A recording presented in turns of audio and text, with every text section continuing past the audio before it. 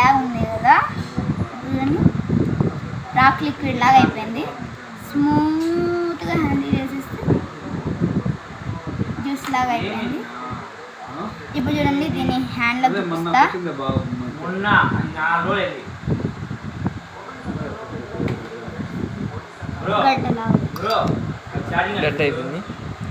గడ్డ అయిపోయింది అప్పుడే. దాన్ని లిక్విడ్ చేయాలంటే స్మూత్గా హ్యాండిల్ చేయాలా.